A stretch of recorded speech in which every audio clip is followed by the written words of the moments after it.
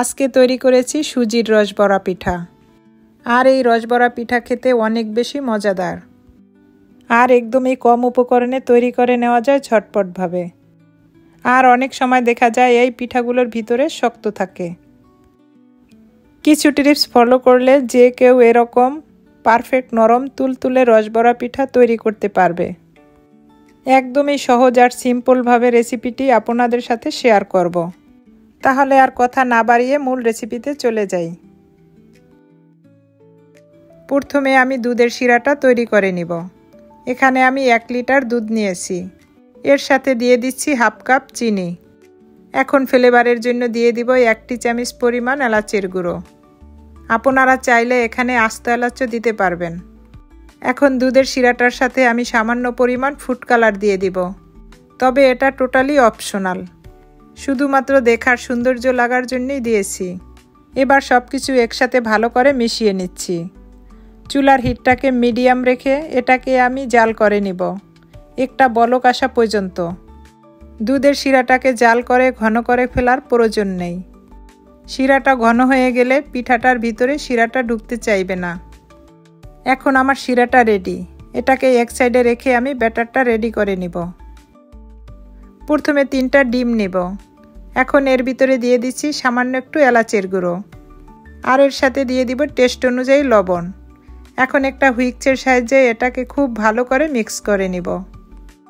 আমি ডিমগুলোকে খুব ভালো করে ফেটিয়ে নিব। এই ডিমের ফেটানো কাজটা সময় নিয়ে করতে হবে।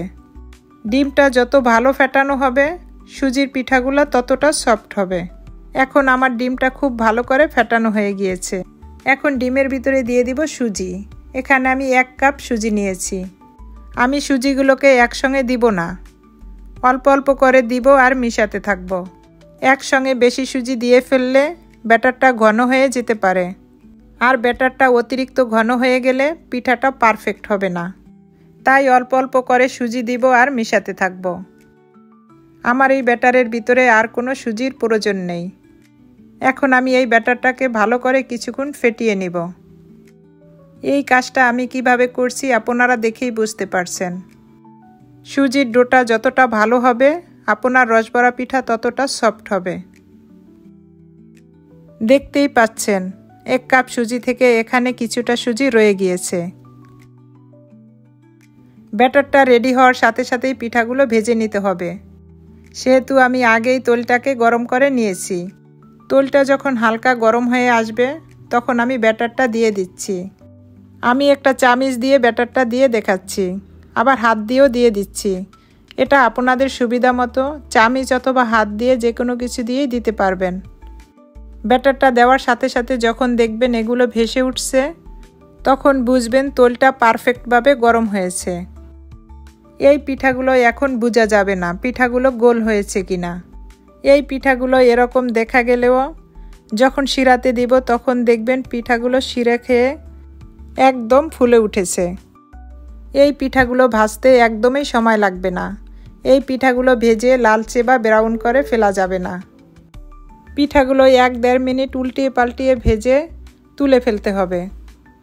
তেল থেকে পিঠাগুলো তোলার পরে একদমই দেরি করা যাবে না। এটাকে সঙ্গে সঙ্গে গরম শিরায় দিয়ে দিতে হবে।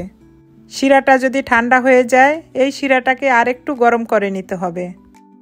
এখন আমি শিরাটাকে আরেকটু গরম করে নিব। এই ছোট ছোট টিপস ফলো করলে আপনার পিঠাও হবে নরম তুলতুলে। শিরাটাকে আরেকটু গরম করে নিয়ে আমি সব পিঠাগুলো শিরার ভিতরে দিয়ে দিব। এভাবে শিরার সঙ্গে পিঠাগুলোকে ভালো করে নেড়েচেড়ে মিশিয়ে এটাকে সরা দিয়ে ঢেকে রাখব 3 ঘন্টার মতো। এই 3 ঘন্টায় পিঠাগুলো শিরা খেয়ে পিঠাগুলোর চেহারাই পাল্টে যাবে। দেখুন আমার পিঠাগুলো কতটা ফুলেছে। এখন আমি একটা পিঠা তুলে দেখাবো। দেখুন আমার পিঠাগুলো শিরা খেয়ে কতটা ফুলেছে। এখন আমি পিঠাগুলোকে পরিবেশন করে দেখাবো। তবে আপনারা চাইলে এই পিঠাগুলো ফ্রিজে রেখে ঠান্ডা করেও পরিবেশন করতে পারবেন। আমি চেষ্টা করেছি এই পিঠাগুলোর পারফেক্ট রেসিপি দেখানোর। আমার এই রেসিপি যদি ভালো লেগে থাকে একটা লাইক দিয়ে আমার চ্যানেলটাকে সাবস্ক্রাইব করে দিবেন আর বেল বাটনটা অন করে রাখবেন এরকম নিত্য নতুন রেসিপির নোটিফিকেশন আপনার কাছে সবার আগে পৌঁছে যাবে। আমি একটা পিঠা ভেঙে দেখাচ্ছি। পিঠাটা কতটা সফট হয়েছে। এ তো মজাদার পিঠা, মুখে দিলেই এক নিমিষে গলে যাবে। দেখেই নিলেন, একদম কম উপকরণে ঝামেলাহীন সুজির রসবড়া তৈরি হয়ে গেল কতটা সহজভাবে। আশা করি আমার এই রেসিপিটা আপনাদের ভালো লাগবে।